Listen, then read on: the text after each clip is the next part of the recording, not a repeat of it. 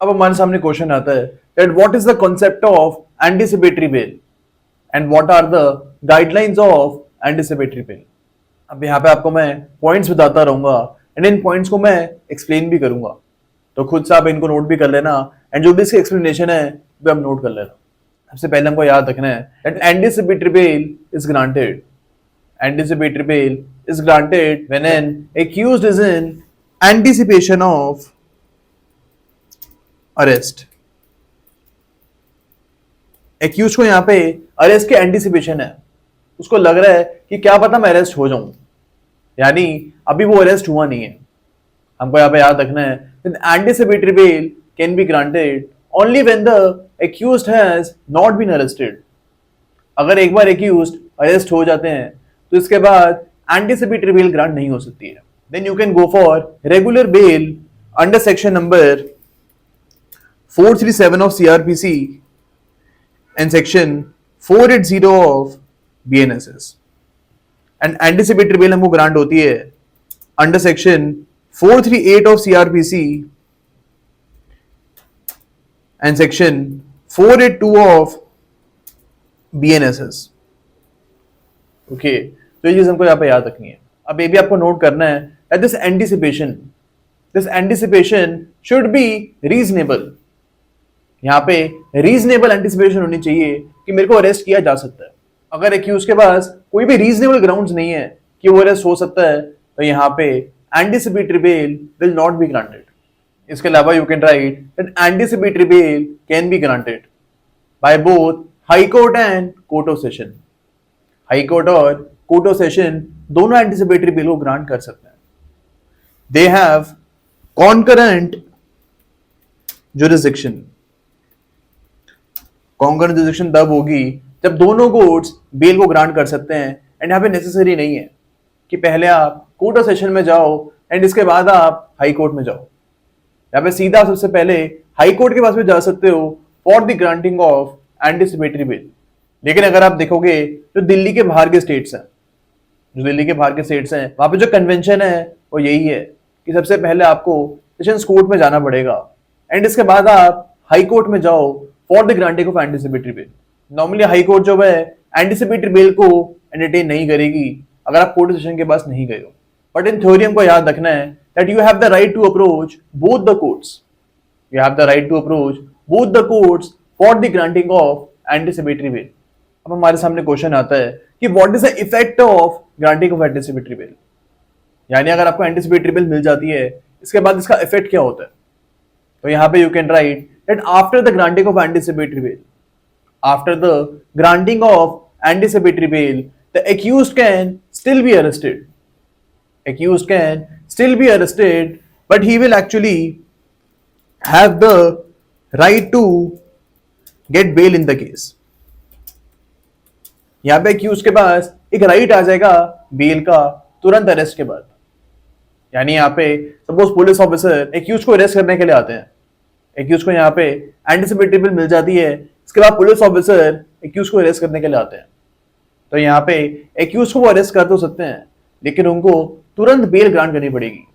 He will have to release the accused on bail. हमको यहाँ पे याद रखना है if the accused furnishes bail then he will have to be released on bell.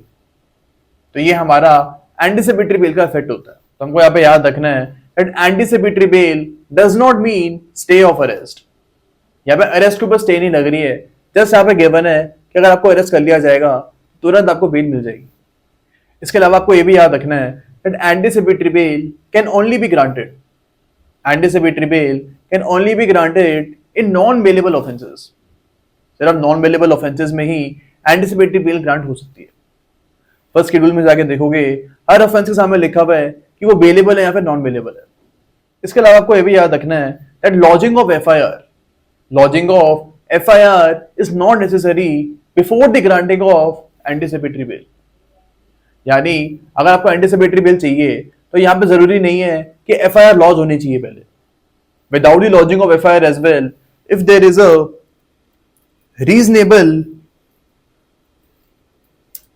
apprehension that the accused can be arrested, अगर यहाँ पे reasonable apprehension है एक्यूज्ड को कि वो अरेस्ट हो सकता है, तो यहाँ पे अगर एफआईआर लॉन्च नहीं हुई भी है, स्टिल यहाँ पे anticipatory bail can be granted. इसके अलावा आपको याद रखना है that the period of anticipatory bell, the period of anticipatory bail can B unlimited, or anticipatory bail can be granted for a limited period. It is upon discretion of the court. यानी यहाँ पे court की discretion है कि anticipatory bail वो unlimited period के लिए grant कर रही है या फिर एक लिमिटेड पीरियड के लिए एंटीसिपेटरी बेल ग्रांट वो कर रही है। दोनों पावर्स कोर्ट के पास होती हैं। This was held in the case of Gurbaksh Singh Sibia and Sushila Devi. In cases के बारे में हम अलग से डिस्कस करेंगे। इसके अलावा you can write that anticipatory bail can be cancelled. Anticipatory bail can be cancelled under section 439 clause 2 of CRPC and section 483 clause 3 of BNSS।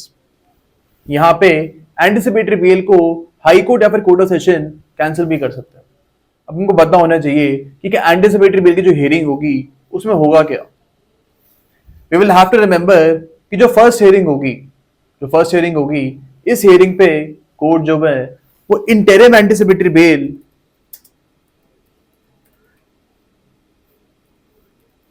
Grant कर सकते हैं।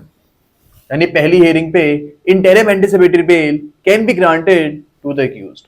यानी जब तक एंटीसिपेटरी बेल का फाइनल ऑर्डर नहीं आ जाता, till the final order of anticipatory bail is not passed, till then accuse can be granted anticipatory bail. And अगर इसके बाद एक्यूज को आप अरेस्ट कर लोगे, then he will have to be released on bail immediately. Okay, तो ये पहली हियरिंग पे हो सकता है। या फिर the court can actually refuse to grant anticipatory bail on the first hearing itself. पहली हियरिंग पे ही एंटीसिपेटरी बेल की जो एप्लीकेशन है वो डिसमिस कर सकती है कोर्ट। ओके, तो ये सेकेंड ऑप्शन हो गया। Third option can be that the court does not pass any order. On the first hearing, the court does not pass any order.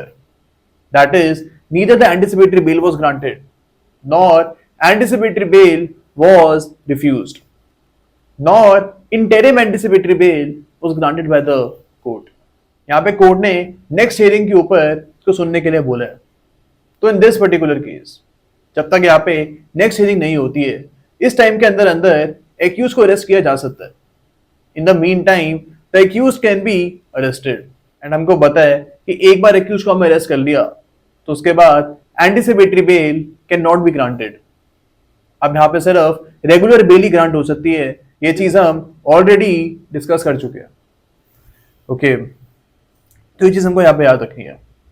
Normally आप देखोगे जब भी एंटीसिपेटरी बेल की एप्लीकेशन होगी, इसमें हमेशा जो लॉयर हैं वही अपीयर होंगे। नॉर्मली जो एक्यूज होते हैं वो एंटीसिपेटरी बेल की हियरिंग पे अपीयर नहीं होते हैं, बिकॉज अभी उनको एंटीसिपेटरी बेल ग्रांट नहीं हुई भी है। एंड सपोज एक्यूज हियरिंग पे जा रहे हैं एंड इन द मीनवाइल अगर पुलिस एक्यूज को अरेस्ट कर लेती है, यानी एक्यूज हियरिंग पे गया है एंड इससे पहले ही पुलिस उसको अरेस्ट कर लेती है, तो जो एंटीसिपेटरी बेल की हियरिंग होगी इट विल बिकम इनफ्रक्चुअस। यानी फिर इस हियरिंग का कोई मतलब रह ही नहीं जाएगा। एक बार एक्यूज अरेस्ट हो जाते हैं, इसके बाद एंटीसिपेटरी बेल का कोई मतलब नहीं रह जाता है। एंड दैट इज वाई जो फर्स्ट हियरिंग होता है एंटीसिपेटरी बेल की, इस टाइम पे कभी भी एक्यूज कोर्ट में जाने को प्रेफर नहीं करते। ओके, तो ये कुछ चीजें आपको यहाँ पे याद रखनी है।